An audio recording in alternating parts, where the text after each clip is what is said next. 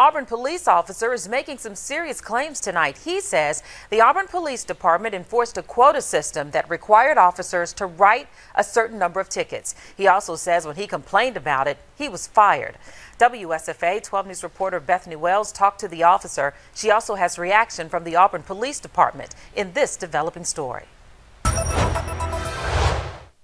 People pay taxes and pay for police services so we can protect them and their properties. Former Auburn police officer Justin Hanners says it's not an officer's duty to look for reasons to write tickets. When you set a quota, you make the officers lower their standards. But that's just what Hanners says his supervisor required, to the tune of 100 a month. 40 could be warnings, but the other 60 had to be either traffic citations, arrests, non-traffic citations, or field interviews. And he says he has the audio recordings to prove it. Officers will have 100 contacts per month, a minimum.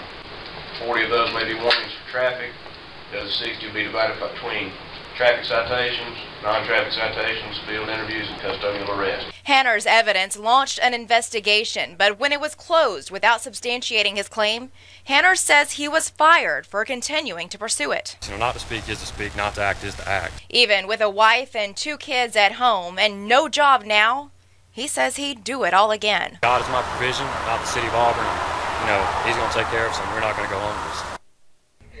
We did get a written response from the city of Auburn late this afternoon saying there's more to the story than is being told. City manager Charles Duggan went on to say, we have investigated the accusations that have been made and found them to be false. And the city attorney hired Bob Eddy, a former investigator at the Alabama Attorney General's office, to conduct an investigation. That city manager says Mr. Eddy was given free rein to look at police records, interview officers and staff, and take as long as needed to do a thorough investigation. Mr. Eddy conducted an almost 700-hour investigation, including exhaustive interviews with Auburn police personnel, and found no corruption or wrongdoing. Val? Well, quick question, Bethany. Is this policy of writing tickets like this a common practice in law enforcement? Yeah, this quota policy, it's still one of those issues a lot of people suspect, but no one really wants to talk about. I did talk today, though, to the Southern States Police Benevolent Association, who says complaints like Hanners are not uncommon, but they couldn't give me an estimate on how common they actually are. Alabama, though, does not have a law against this type of quota policy, Val. All right, thanks a lot, Bethany. Now, Hanners first told his story to Reason TV, who posted a video about it on YouTube this afternoon. That video has gone viral. We are working to get the city's entire statement and our full interview with Hanner on WSFA. Well, in 2010, they came out and they told us that we had to have 2 tickets a day and 2 warnings a day on average. This was all the shifts. My supervisor at the time told me that we would have 2 and 2 a day on average, or that we would get promoted, we would get written up, we would get bad evaluations, and ultimately we would get terminated. At that time, I expressed a moral concern and told him that I disagreed with it.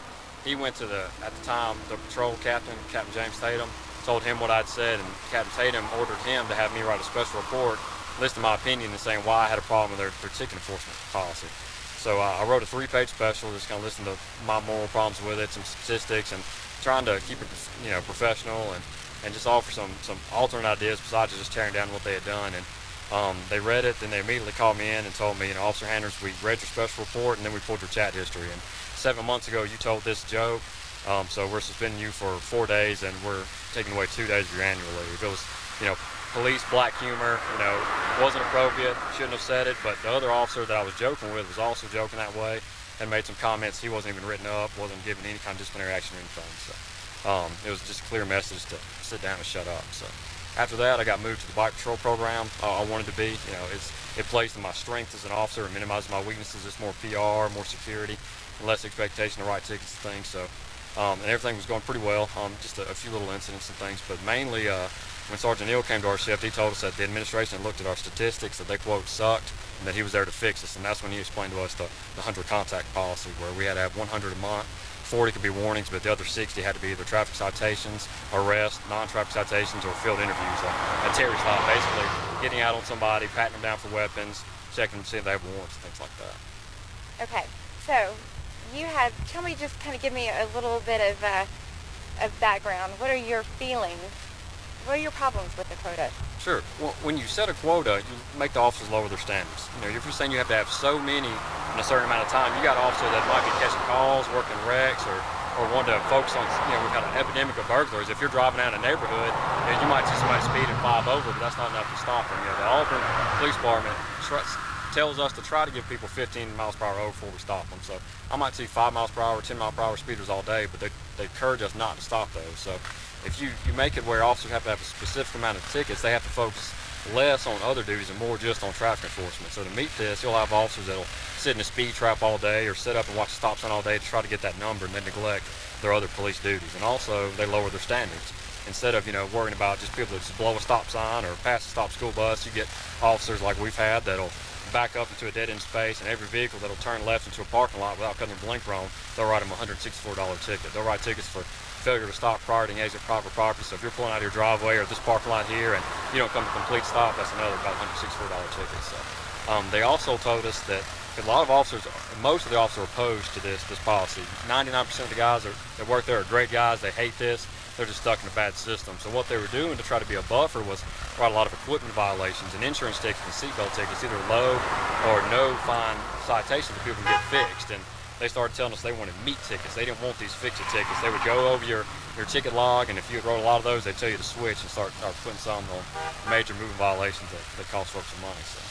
Okay, tell me, since you mentioned other duties, you felt like it was keeping officers from some of the other more important duties of an officer. What are some of those?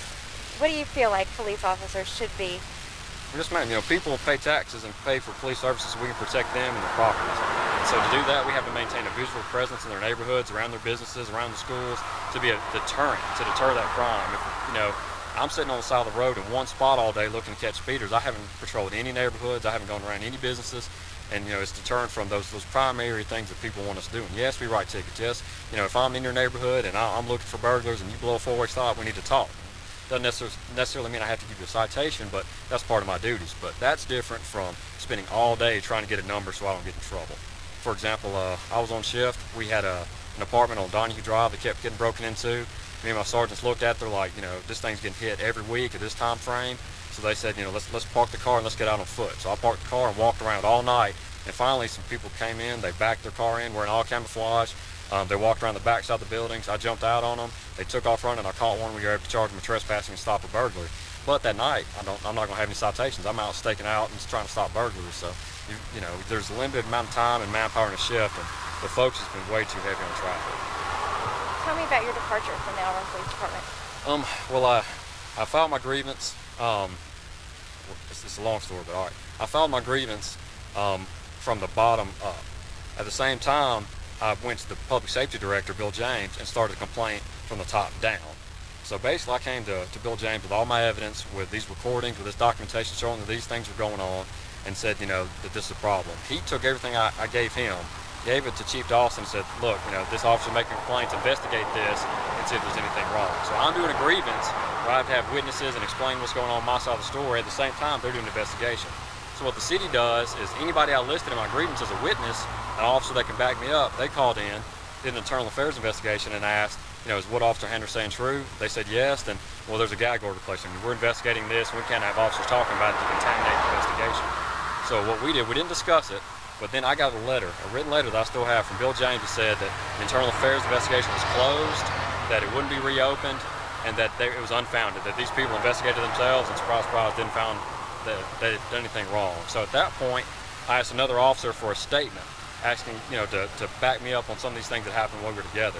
He said, well, I've got the statement that I gave Internal Affairs. He's like, it lists all this stuff already, several pages long. He's like, do you think that would be okay? And I was like, well, I don't see why not. I was like, the investigation's closed. We can't contaminate an already closed investigation. Those are your words that you can do what you want to with them.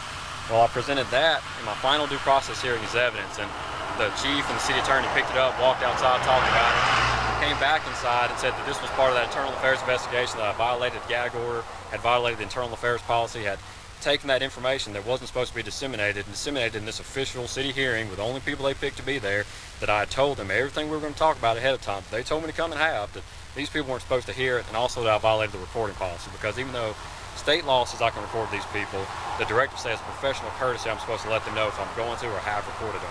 which I've tried following that policy. I let them know, and as soon as they found out I was recording them, their attitude toward me changed, the way they talk changed, and then if we were to have a long discussion, they would order me not to record, and I have all that recorded and all that documented. But after that, they fired me for those things, and they had referenced the earlier incident where I've been suspended for jokes, and that's well, I was terminated again.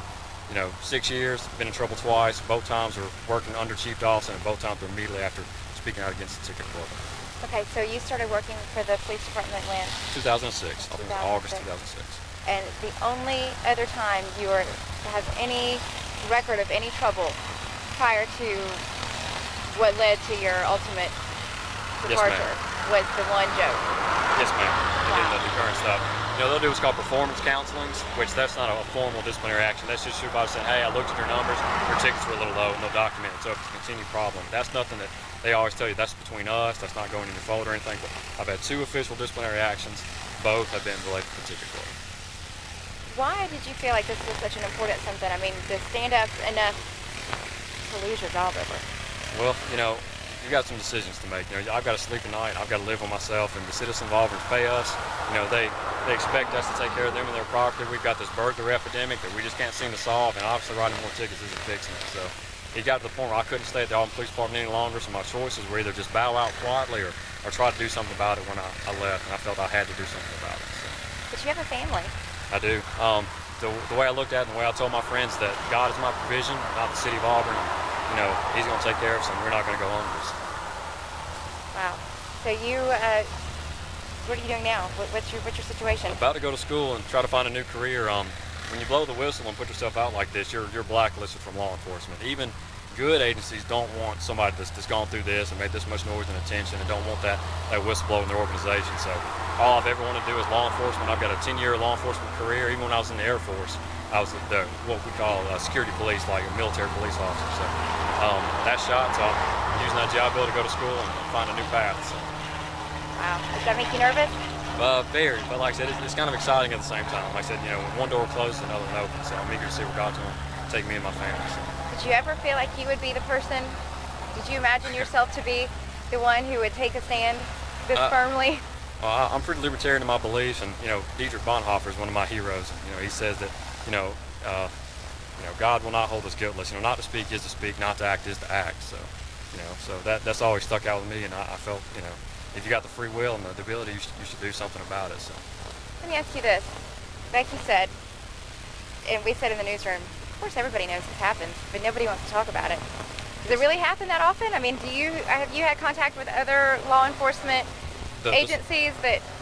Yeah, since this has happened, I've had tons of officers reach out on Facebook and say, look, been through the same thing, we've had it here, appreciate you doing this.